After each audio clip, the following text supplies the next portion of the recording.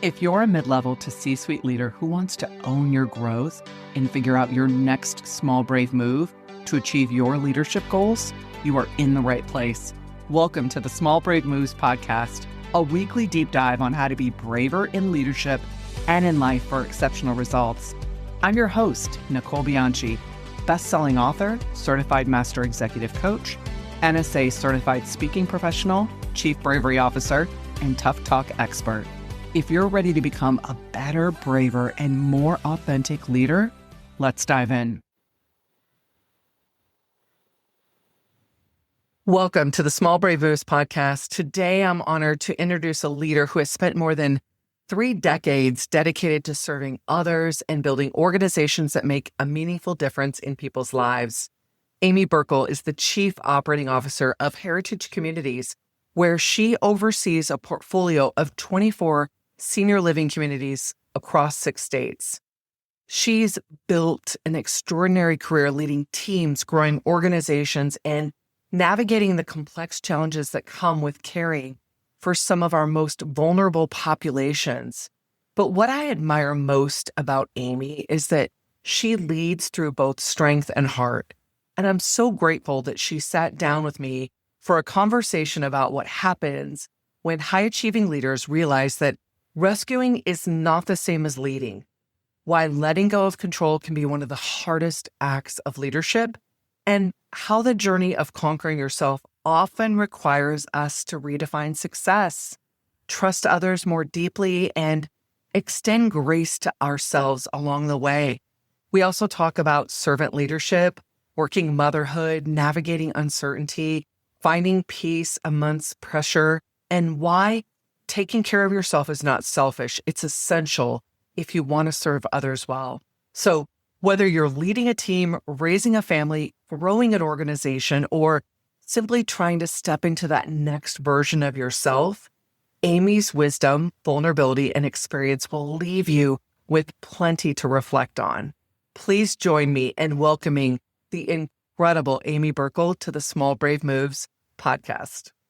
Welcome to the Small Brave Moves podcast, Amy Birkel, COO of Heritage Communities, and one of my all-time favorite people just to sit down and have a conversation with. What turns into minutes could easily turn into hours. So I appreciate, Amy, you joining us to talk about Conquer Yourself and some leadership.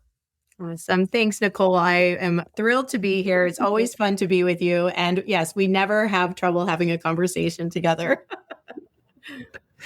Well, Amy, you have built such a remarkable career, and anybody that knows Amy knows she operates at such a high level. And so think about what's something that you achieved that you thought would make you successful, but didn't. Oh gosh, yeah. Well, being an achiever is super important to me. So that's a tough question. I think what comes to mind is several years ago when I was an executive director of a senior living community. I was an ED for 15 years total. But I had the opportunity to join Heritage at a home office role. And I thought, aha, that is achievement. That is success, right? I was able to help one community and be successful and have a wonderful environment for people to work and live in. And now I have the opportunity to do that for multiple communities. I'm going to take everything I know and we're going to do it the way that I did it. And we're going to go and do that. And that didn't quite work. I joined the home office at Heritage, which I love, and I've been here 13 years now. But I really thought that my wisdom and experience would just easily translate and I would achieve now even more success and take this all on to help other communities. And I learned a lot of lessons along the way that was not to be the exact way that path was going to happen. I can relate to that so much. I had an opportunity when I was at ConAgra. It was the same thing, like do what you did here across now all of the system. And then you get in and you realize, oh, it's very different conditions and kind of subcultures and different pieces across. So when you think about that, let's talk about even just a do-over. What would be one small do-over that you would have done as you made that transition into that role? Now looking back, right? With a different level of expertise and experience. That's a great question. I probably would have listened a lot more and asked more questions instead of going right to controlling and that, 2 + 2 is 4, but so is 3 + 1. And just because I had success doing it a certain way didn't mean that it couldn't be done another. And so I think the more that I learned and listened, especially in our different markets, right? As we grew and we added communities in metro areas, Dallas and Phoenix, very different than rural Nebraska. And so it was a lot of learning and listening and not letting that feed an insecurity, but instead feed a confidence that no, it was okay that I didn't have the solution. My job was to get us to select a solution and move on it. And I think learning that helped keep me confident and assured that no, this is the right path to go on. Yeah. That you bring up such a good point because so many times as leaders, especially at the level that you rise to, we think we have to have all the answers, right? And be the expert in everything. And that's just an impossibility. It's just not realistic. Right. But being able to sort through it and find the best one. I love that. So as the chief operating officer, you're responsible for a lot of people, a lot of outcomes, a lot of decisions. Where have you had to learn the difference between being responsible for something and trying to control it? I think the biggest lesson was rescuing is not leading. And I'm a professional rescuer. And probably in my career have been rewarded for that at times. Sure. And that's the biggest lesson now that I influence and lead high-level leaders. And so my job is to inspire and empower and help them be those creators and not make them feel that I am micromanaging or if they're not going the direction that I think would be wrong, especially as we've grown as an organization. I mean, we had a few hundred associates and residents when we first started, and now we're over 2,000. And if I didn't get that right, or if I don't quite do that right, it can have significant impact on our culture. And I want down to the community leadership teams, they have the most influence to help a resident in senior living, not me. And so are we giving them the tools and resources and not controlling everything they do, giving them the environment to flourish? So it's a hard lesson when you're an achiever, when you have gained success through added responsibility and doing well with it. It is a mind shift for certain and not an easy one, and sometimes a lonely one. Yeah. Share more about the lonely part of it. That's interesting. And I think a lot of our listeners can relate to that. Yeah. I mean, it's, I want to help have the solution and I want my team to feel great. And there's been times through challenges, COVID in healthcare, right? Businesses flourished or didn't in the pandemic. And healthcare was obviously on the side of having significant challenges. And there were true days where I would shut this door and here and sit at this desk and go, I don't know what to do. And to feel my team feel that, I wanted them to feel that I was being vulnerable and transparent, but I didn't want them to feel fear or not safe. And so that sometimes is a lonely burden where you can kind of take that on my shoulders, that I want to help provide that security, belonging, and hope that we are in this together and that our mission is so worth it that we're going to figure it out. But it's tough to every day put the bootstraps on and like, okay, we got this, because you're human too. I was talking to you earlier, right? Like it's okay to feel that little victim for a little bit or to feel like, oh my gosh, this is too much. Don't live there. Don't make decisions from there. Don't react from there. Feel it, acknowledge it, and then where do you want to go? And that's something I continue to work on and hopefully try to teach my team too. Yeah. It's so interesting that you say that. Jess and I started, it just organically came up like 6 months ago where something like that would happen. And she's like, 5-minute funeral, 5-minute funeral. And then we're moving on. And I was like, that's a great way to think about it. Yes, we're going to mourn that. We're going to be disappointed in it. And then we have to refocus so that we can move forward. So 5-minute funeral. I love that. That is great. What was harder to release, the outcome or the identity of being the person who was rescuing or always had the answer? It was the identity. It was. I, Yeah. I like being helpful. I'm a caregiver at heart, right? The reason I've never left senior living, never, because I love and am so committed to what we do. So because that is ingrained with me, it doesn't change at a level where I'm working with the senior leadership team. But I have found fulfillment in other ways with that. Like I just have an amazing chief human resources officer, and she's newer to us, and she's just killing it. And she's bringing in new things and doing it. And I'm so proud of her. So I've learned to feel that self-worth in watching others, and that I'm sitting back and that's her stuff and she's got it and doing it. But yeah, it's a little bit of a identity shift, and I think it's okay. Yeah, yeah. I appreciate what you're saying about that skill that is so important in serving, right, in senior care can look differently and can be such an asset, but sometimes a bit of a liability if it's overused, right? Yes, In absolutely. leading your organization. I love that. Mhm. So you experienced the Brave Leadership Retreat in Siesta Key, and now you're choosing to go to Tuscany, which I can't wait for. What did you discover in Siesta Key that made you realize that you wanted to continue on doing that deep inner work? I've never done anything like that. But you and I met, and I admired your work and your books, and I've had you come and speak at our company. And so first I trusted you and your vision. So that felt like a safe environment. I always thought servant leadership was you put others first, you serve, you take care of your grit, right? You're resilient and you work hard. And I still believe those things. But what I learned, I'm not really doing the best at servant leadership if I'm empty, if I'm not fulfilled, if personally things are tough, but I'm not dealing with it because I don't have time for that. Even health, right? I know I need to go get that, but I got to make sure the kids have this, or I got to get to this meeting. And I think in Siesta Key, for the first time around women I had not met, right? One, it's just amazing how women can connect with each other so quickly. And you've created an environment where that was safe to do.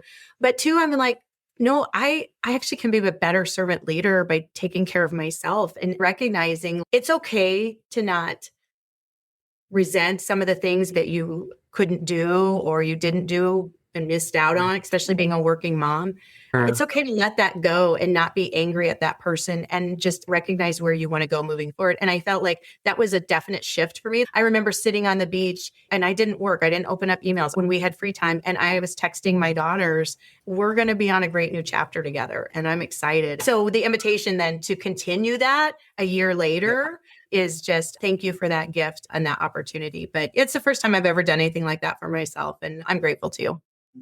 Hey, senior women leader, if you're the one everyone depends on, the one leading the team, carrying the pressure, managing the expectations, solving the problems, and quietly holding it all together while feeling completely exhausted underneath it all, I want you to know I get that. I've been there too.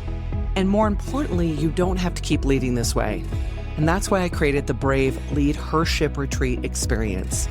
My retreats are intimate, luxurious, and deeply transformational, designed for the high-performing women leader who are ready to reclaim their energy, elevate their leadership, and stop overfunctioning their way through life and work.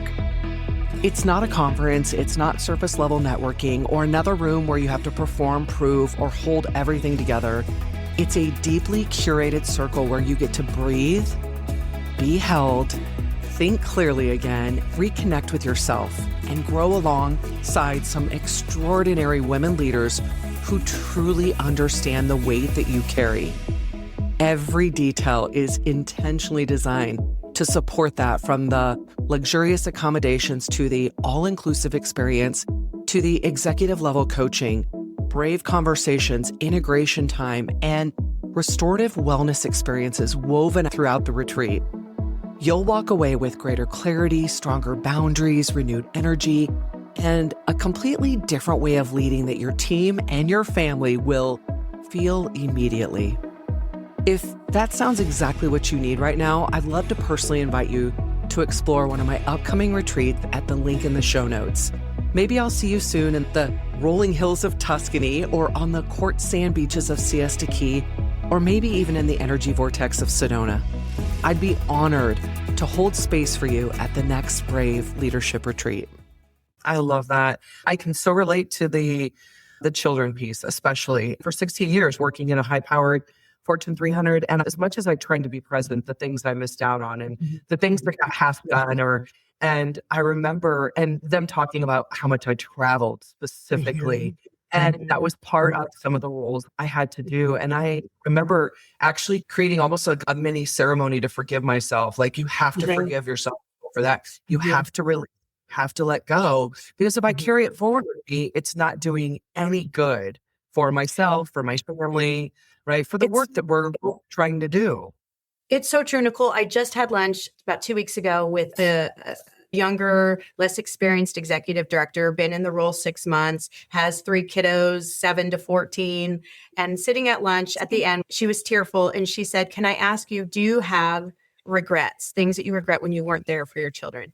And one, I was thrilled that she felt comfortable to ask me that. But second, I just said, I would not be honest with you if I said I could name quickly 20 things that I missed that I have guilt over. I could go through the list, right? I made trade-offs that I was able to do different things for my girls, or we had different experiences, or I see the young women that they are now, knowing that part of us going through what we did is what got them here. And so I said, it was a choice that I made, and we talk about it and you reevaluate it, but you're right. You can't look back. I can't change it anyway. And so I hope that resonated with her, because I'm sitting across from her, seeing where we all were, right? She's doing the climb. She loves her job. She loves her community. She wants to be at everything. She doesn't want to be doing emails, sitting on the couch next to her kiddos. And I think as employers, it's so important that we recognize that we don't want her doing that either. Right. And especially in our environment, healthcare is 24/7. And so that's something I really talk a lot about with my team here, from our HR leader to a vice president of operations. The associate experience is like the most important thing we need to think about to have the resident experience. And it was just fascinating sitting across from her thinking, oh my gosh, that was me how many years ago? And I want her to make the right decision for her. And I hope that's the blend that she can still feel fulfilled professionally and personally. Yeah. Oh my gosh, I love that. I hope we get many more opportunities to have conversations like that with those that are emerging and continuing to climb and see, because I didn't get to have those conversations when I was climbing, and I didn't have somebody mentor me in that space. And so the opportunity for us to be able to do that now, I think, is super powerful. I agree. Absolutely. So people often look at leaders like you and assume confidence comes naturally. I mean, you have this beautiful energy, you have this confidence, this poise. What's something you've had to stop carrying because everyone else assumed you were strong enough to handle it? Having the right answer. I didn't always know what we should do. And I think the best thing is when I was willing to kind of sit at the table and go, guys, I'm not sure either.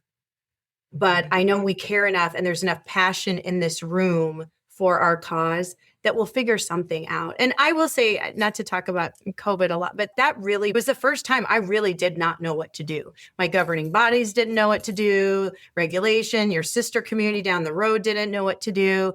And so that was the first time I'm like, I'm not a bad leader because I don't have the answer.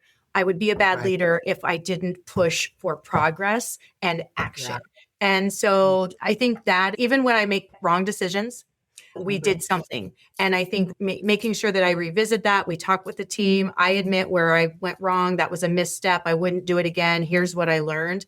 I don't always have it right, but that keeps me focused on the confidence to make a decision. And I'm not frozen in that fear of, oh my gosh, I'm not sure if this is going to work. You're showing the human side of it, right? To say, like, I don't have all the answers, or we're going to figure it out, right? The hope-driven mindset, which I talk about in Small Brave Moves, which is the positive expectation that there is a better future and we're going to find it, but we got to figure it out in the meantime, right? My oldest daughter is going to law school here coming up. And so we went to admittance day.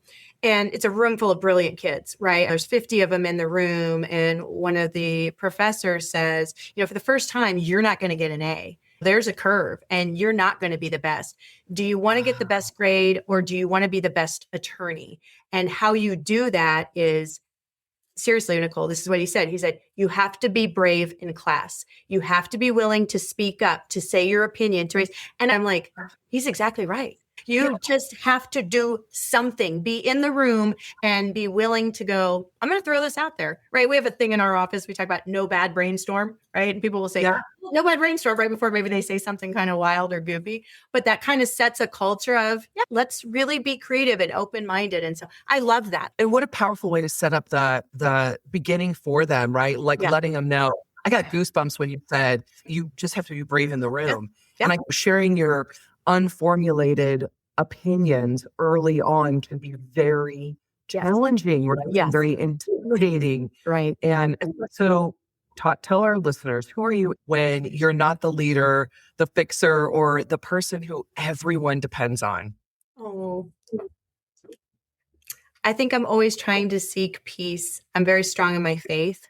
And so I'm always evaluating, am I being a good person? Am I being a person that my loved ones would be proud of, right? And so I look for peace and fulfillment. And honestly, I can be quiet too, believe it or not. I'm not always loud, right? I love to sit out on my back deck. And I grew up in a very rural area in Nebraska, right? And so the outdoors, I love that peace and quiet and trying to be close to my faith and just try to remember, like, just keep doing the best that you can every day and forgive yourself when you don't. Oh, yeah. I'm not that exciting, really. Well, I think you're being extremely humble because I see you as you move through life as somebody who's so warm, so caring, and somebody who shows up big for others. So I would add that into that description as well. So thank you. When you look at this season of your life, where are you still trying to conquer circumstances, outcomes, or maybe even other people instead of conquering yourself? I turned 50 this year and kids are going on and doing their thing. And I think I'm trying to honestly get to a place where I'm growing other folks and I'm not going to do this seat forever. And I can still feel fulfillment in another way and influence and support in not the highest chair in a company. And that's okay. And it makes me excited because when you are very ambitious and achievement oriented, you get to this and it's like, oh, well, now what do I do?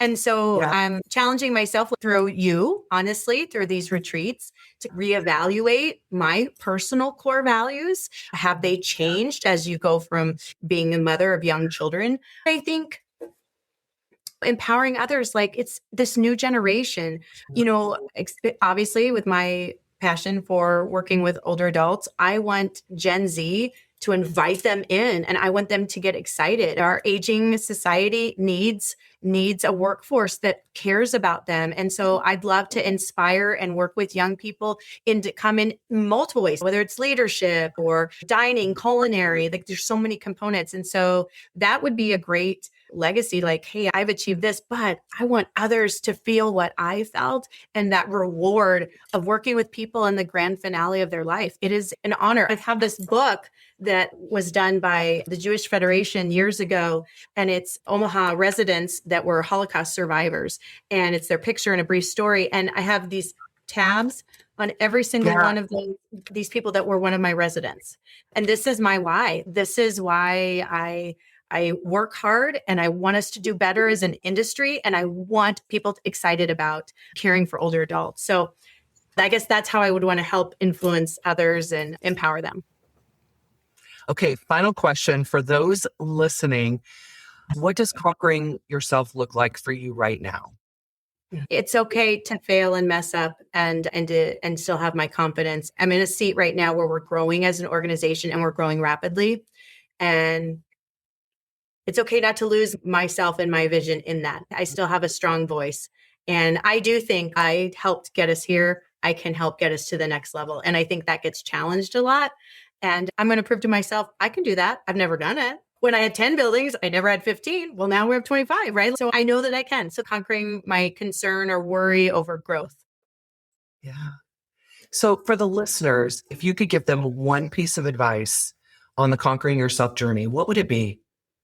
Just love yourself through it. Sometimes it's lonely. Like yourself, even when you mess up, because others will see that when you don't feel good about yourself. I've had colleagues say it before to me, like, are you doing okay? And I'm like, oh, shoot, I don't want them to feel that or worry about that. So just making sure you're taking care of yourself, whatever that looks like. And I have not always done a good job of that. And that's something that I would have done differently. It goes back to full circle what you talked about in the beginning about pouring into yourself, right? And making sure that it's hard to pour from an empty cup, right? Pouring into ourselves allows us to be so much stronger and helpful for those around us. So thank you, Amy Birkel, for a powerful conversation. I so appreciate all of the wisdom that you threw down and all of the learning moments you shared with us. Oh, Nicole, it's a pleasure. I am so inspired by what you do. And so it was just great to be able to be here. Thank you so much. Thank you. Thank you for joining me for this episode of the Small Brave Moves podcast. If you're wanting to take this work even deeper, I'm here to help. From engaging in inspirational keynote speeches to transformational coaching and workshops for leaders and teams, page-turning books, online courses, and enlightening leadership development retreats. There are so many ways that we can work together to take your leadership to the next level. For more information, check out the show notes, and let's do this together. One small brave move at a time. See you next week.